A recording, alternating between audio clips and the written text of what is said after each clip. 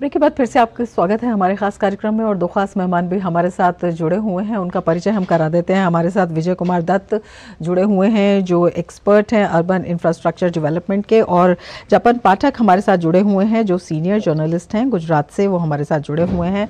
विजय कुमार दत्त जी, आपके पास आना चाहेंगे। पहले अपने दोनों ही मेहमानों का हम स्वागत करते हैं।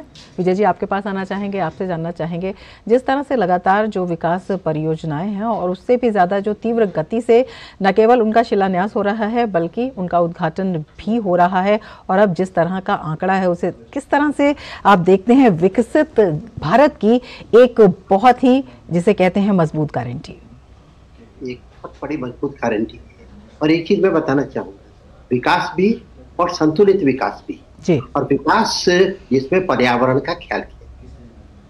रेलवे जो एक ऐसा माध्यम है जो कि बिजली से अब चल रहा है। भारतीय रेलवे ही एक विश्व में रेलवे जो पूर्ण तरह विद्युतीकृत होने जा रही है, और यदि बिजली है तो आप उसको अक्षय ऊर्जा से बिजली दे सकते हैं। तो पूर्णतः इस क्षेत्र में कार्बन उत्सर्जन रहित जो परिकल्पना है इससे मुक्त रूप। लेकिन जो सबसे बड़ी बात है, कितनी तेजी से ये काम हो रहा है। और एक और सबसे बड़ी बात है, ये पूर्णतः भारत आत्मनिर्भर भारत का होगा।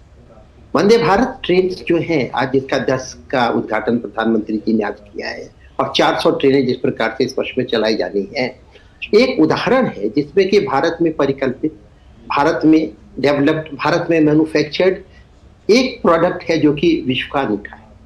तो एक ये मैं कहना चाहूंगा कि संतुलित विकास, समावेशी विकास और विश्व को जलवायु अनुकूल परिवर्तन की ओर ले जाने वाले विकास है जिसमें भारत को मोदी जी अग्रणी कर रहे हैं। बिल्कुल, जपन जी भी हमारे साथ जुड़े हुए हैं। जपन जी, आपके पास आना चाहेंगे, आपसे जानना चाहेंगे 85,000 करोड़ से अधिक की जो परियोजनाएं हैं गुजरात से उनका राष्ट्र को समर्पण होना कितने बड़े गर्व की बात है। किस तरह से गुजरात के साथ साथ देश को इसका लाभ होने वाला है और किस तरह से रेलवे का आमूल चूल परिवर्तन इसको देखते हैं? या देखिए, मोटे मोटे तौर पे अगर हम देखें तो 10 नई वंदे भारत ट्रेन मिली है और 4 वंदे भारत ट्रेन का एक्सटेंशन हुआ है, यानी एक तरह से नए लोकेशंस को वंदे भारत ट्रेन का लाभ मिला है। उसमें हमारे गुजरात का भी एक है रूट जो अहमदाबाद से जामनगर का था, तो अब जामनगर से ओखा तक जाएगी, यानी जो सुदर्शन सेतु के नाम से जो जाना माना है ओखा, और द्वारिका पिलग्रिम टाउन। और आप देखिए, पिछली बार जब प्रधानमंत्री यहाँ पे द्वारिका में आए तो उन्होंने राजकोट ओखा रूट का रेलवे का इलेक्ट्रिफिकेशन वो उन्होंने डेडिकेट किया, वो लोकार्पित किया। और जब वो इलेक्ट्रिफिकेशन वहां पे पहुंचा तो अब वंदे भारत भी पीछे पीछे वहां पे पहुंच रही है। तो आप देख सकते हैं कि स्वतंत्रता के बाद 2014 तक जितना रेल मार्ग का इलेक्ट्रिफिकेशन नहीं हुआ था वो पिछले 10 साल में हुआ, तो उसके बतौर अब वंदे भारत भी ओखा को मिली। तो ये दो कार्यक्रम भी एक दूसरे के साथ कैसे जुड़ रहे हैं और कॉम्प्रिहेंसिव तौर पे कैसे ये विकास पूरा जुड़ रहा है, उसका ये एक उदाहरण है। खैर 10 नई वंदे भारत ट्रेन हुई तो उसमें अहमदाबाद मुंबई को भी एक नई, इस रूट को भी एक नई वंदे भारत ट्रेन मिली। और मैं बताऊं कि जो एग्जिस्टिंग ट्रेन इस रूट पे चल रही थी उसको 142 to 146% ऑक्यूपेंसी मिली थी। तो इसी वजह से जरूरत पैदा हुई कि इस रूट पे एक और भी वंदे भारत ट्रेन चलाई जाए। इसके साथ में अगर बताऊं, बहुत ही जो जरूरी आज जिसका लोकार्पण, जहां पे प्रधानमंत्री ने जिसका विजिट किया, 200 करोड़ से भी ज्यादा खर्च से एक operation centre western dedicated freight corridor का, वो आज खुला रखा गया। वो उसकी मुलाकात प्रधानमंत्री ने ली। और मैं आपको बता दूं कि जो WFC है, जो पूरा डेडिकेटेड फ्रेट कॉरिडोर वेस्टर्न जो उसका पोर्शन है, उसका भी एक सेक्शन है, उसका भी आप प्रधानमंत्री ने लोकार्पण किया। एक और सेक्शन है जो 1 महीने में तैयार हो जाएगा और फिर JNPT से दादरी तक का ये पूरा वेस्टर्न डेडिकेटेड फ्रेट कॉरिडोर तैयार हो जाएगा। जब ये कॉरिडोर तैयार हो जाएगा तो सारी ही गुड्स ट्रेन पैसेंजर लाइन पे अपना बोझ बनाने से हटेगी और सिर्फ डेडिकेटेड गुड्स लाइन पे चलेगी। इसे पैसेंजर लाइन जो है उसमें ज्यादा ट्रेन चलाई जा सकेगी, और जो गुड्स ट्रेन का जो डेडिकेटेड मार्ग होगा तो उससे गुड्स ट्रेन की स्पीड बढ़ेगी, उसकी क्षमता भी बढ़ेगी, बड़े वेगन्स आप वहां से ले जा पाएंगे। और ये पूरी ही उसकी जो ऑटोमेटिक प्रणाली है उसमें निगरानी रखने की, करेक्शन करने की, उसका जो कंट्रोल रूम है उसकी आज प्रधानमंत्री ने यहाँ पे मुलाकात ली। इसके साथ भी रेलवे के और बिना रेलवे के सिवा के, जैसे दहेज में एक पेट्रोकेमिकल संकुल है, दाहोद में एक रेलवे के कारखाने का फर्स्ट फेज है, मारुति का यहाँ जो कार का कारखाना है उसका इनसाइड साइडिंग की सीधी वहां पे लोड जाएगी, तो रोड पे लोड बढ़ेगा, कम होगा, क्योंकि ट्रेन से ये सारा गुड्स जाएगा। गुड्स का जो ट्रैक है WDFC का, उसको अलाइन होते हुए कारखाने बनेंगे, इंडस्ट्रियल टाउनशिप्स बनेगी। तो ये पूरा ही कॉम्प्रिहेंसिव प्रोजेक्ट है, अब उसके अंत के तरफ है, जल्द से वो शुरू हो जाएगा। बिल्कुल, एक बड़े हिस्से का आज प्रधानमंत्री ने विस्तारित सोच और दूरदर्शी विजन के साथ ये प्रोजेक्ट्स हैं, इन पर चर्चा जारी रहेगी। लेकिन आगे बढ़ने से पहले लेते हैं एक ब्रेक। आप बने रहिए DD न्यूज के साथ। साल, बरस और सदी नहीं, एक युग गुजर जाएगा, उम्र न पूछो वंडर की, जब फर्क नजर आएगा। वंडर सीमेंट, फर्क नजर आएगा। मैं क्या जी, सब जानते हैं, जहां दिखे मारियो, अपना समझ के खा लियो।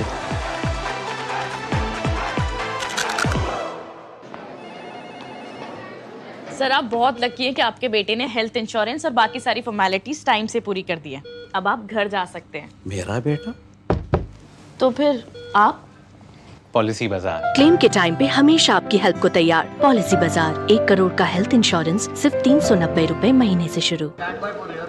यारो, शादी तो मैं प्रीति से ही करूंगा। कॉलेज टॉप करके अच्छी सी नौकरी लूंगा, झट से प्रीति को प्रपोज कर दूंगा और फैमिली हॉलिडे स्पेन में। वाह यार, मैं तेरी प्लानिंग का बड़ा फैन।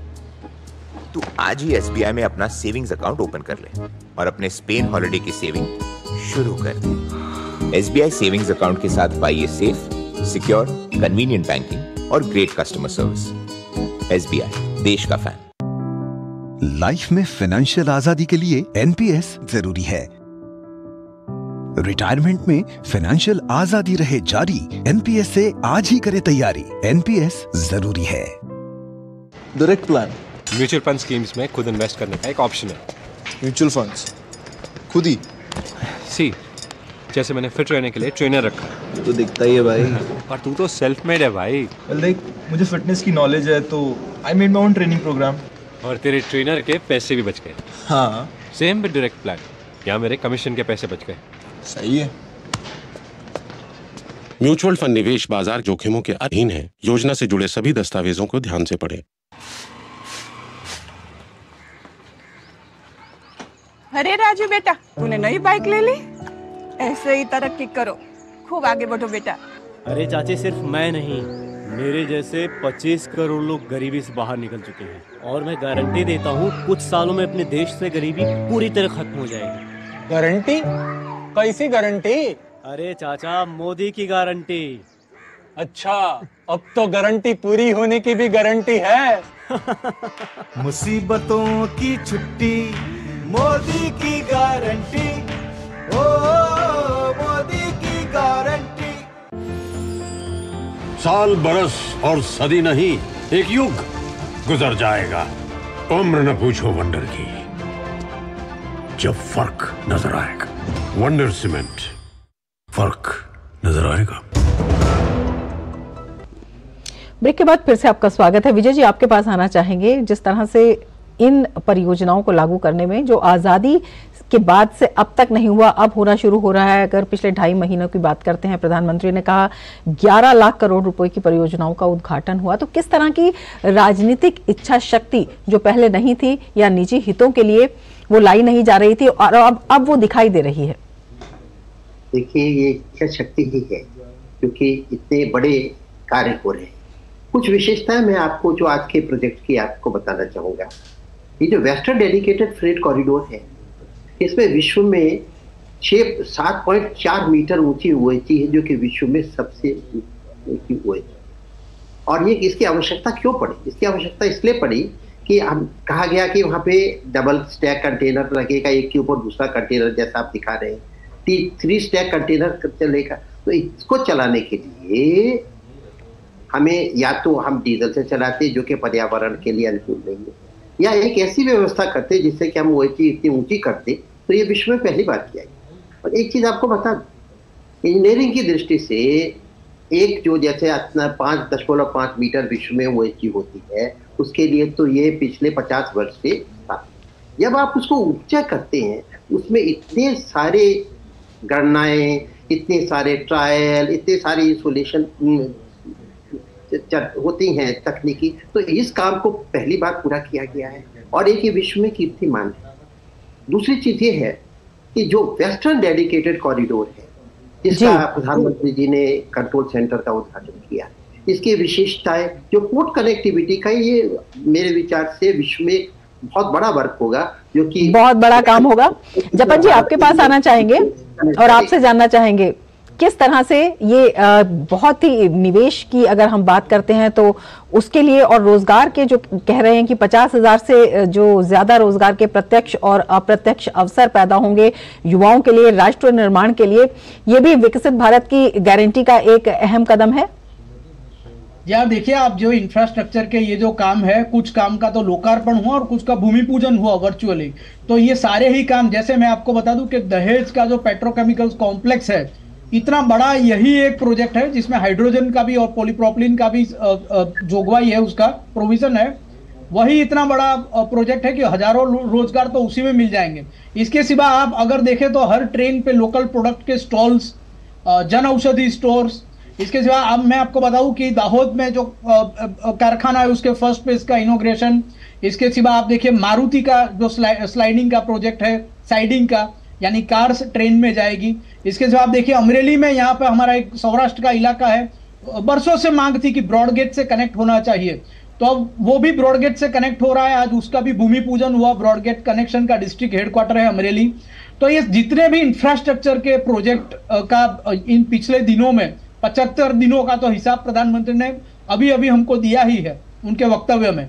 तो ये जितने भी आप लाखों करोड़ के आंकड़े जितने भी आप सुन रहे हैं, चाहे वो भूमि पूजन हो चाहे लोकार्पण हो, उसके पीछे उससे कई गुना ज्यादा रोजगार के अवसर छिपे हुए हैं। हमें उसको ट्रांसलेट इस तरह से करना चाहिए। बिल्कुल, रोजगार के अवसर भी हैं और इसके साथ ही अपनी विरासत पर गर्व करने की भी बात प्रधानमंत्री ने कही, और उसी का एक उदाहरण है कि साबरमती आश्रम या फिर उसका जो मास्टर प्लान है उसका शुभारंभ, ये अपने आप में किस तरह से प्रेरणा का भी स्रोत है और किस तरह से देश को आगे बढ़ाने में एक नया संदेश भी देता है।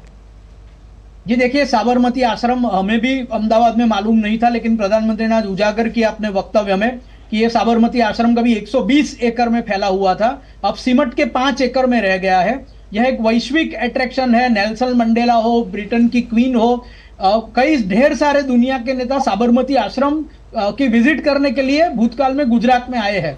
तो यह साबरमती आश्रम सिर्फ 5 एकड़ में सिमट के रह जाए, जो नए जमाने के सारे जो म्यूजियम होने चाहिए, जैसे उसका एक रिपोजिटरी होना चाहिए, उसके जो पुराने दस्तावेज है उसका, जैसे उसमें लाइब्रेरी होनी चाहिए गांधी जी के पुस्तकों की, तो ये जो सारे ही जमाने के साथ साथ जो चीजें ऐड करनी चाहिए, जो उसमें एक्टिविटीज होनी चाहिए, लोग ज्यादा समय उसमें पसार कर सके, तो इसके लिए गांधी आश्रम का 5 एकड़ से अब 55 एकड़ में विस्तार हो रहा है। 1200 करोड़ रुपए का एक प्रोजेक्ट होगा और इस प्रोजेक्ट में काफी सारे पेड़ भी लगाए जाएंगे। प्रधानमंत्री ने आज कहा बिल्कुल एक बड़ा विस्तारित प्रोजेक्ट है। स्कूल के विद्यार्थी के साथ भी जोड़ा जाएगा। अगली पीढ़ी में भी गांधी जी का ये संदेश आगे बढ़े। बिल्कुल, संदेश जो है आगे बढ़ना बहुत जरूरी भी है और उससे भी ज्यादा जरूरी है ये देखना कि किस तरह से राष्ट्र निर्माण में लगातार सरकार काम कर रही है और किस तरह से उसमें योगदान दिया जा सकता है। विजय जी आपका और जपन जी आपका बहुत शुक्रिया हमारे इस कार्यक्रम में जुड़ने के लिए और इतने महत्वपूर्ण विचार हमसे साझा करने के लिए। इसके साथ ही चर्चा में फिलहाल इतना ही। दीजिए इजाजत, नमस्कार।